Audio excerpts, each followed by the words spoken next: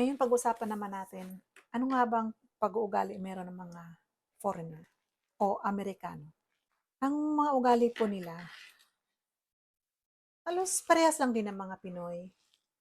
Merong bad, merong okay lang, merong mabait.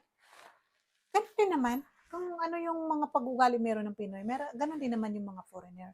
Kaso ang pinagkaiba nga lang nila, sila, hindi sila marunong manlait ng tao. Hindi sila marunong mag-backfight, hindi nila ugali yon. Tsaka, mahilig sila magbigay ng compliments. Kahit simpleng bagay, o maliit na bagay, o malaking bagay, regardless, lagi silang nagbibigay ng compliments. Yun ang pinagkaiba nila. Masyado silang appreciative sa lahat ng bagay na nagagawa mo. Yun, ganon. Hindi sila marunong mamintas. Outspoken sila. Kung ayaw nila, ayaw nila. Ganon. Kung gusto nila, gusto nila. Halimbawa sa mag-asawa, mayroon kayong hindi na pagkakasunduan. Pag-usapan ninyo. Kung may tanong siya, sagutin mo. Ayaw nila ng mananahimik ka lang at hindi nila alam kung ano yung nasa loob mo. Ayaw nila nun.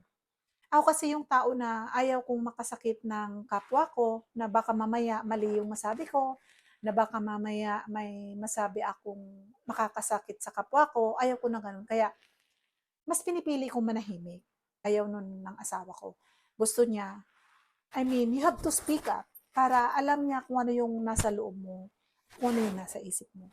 Although, sinasabi ko naman sa kanya, ayaw ko na makapagbitaw ako ng salita na hindi mo magugustuhan. Kaya, I rather choose to keep silent rather than talking a lot and hindi mo pala alam na mayroon ka na nasasabing hindi maganda. So, ganon. Ganon yung mga foreigner. Hindi sila yung tipo ng tao na ida-down ka. Ganon. Instead, ililift up ka pa nila na, kaya mo yan, you can do it. Yun, like this.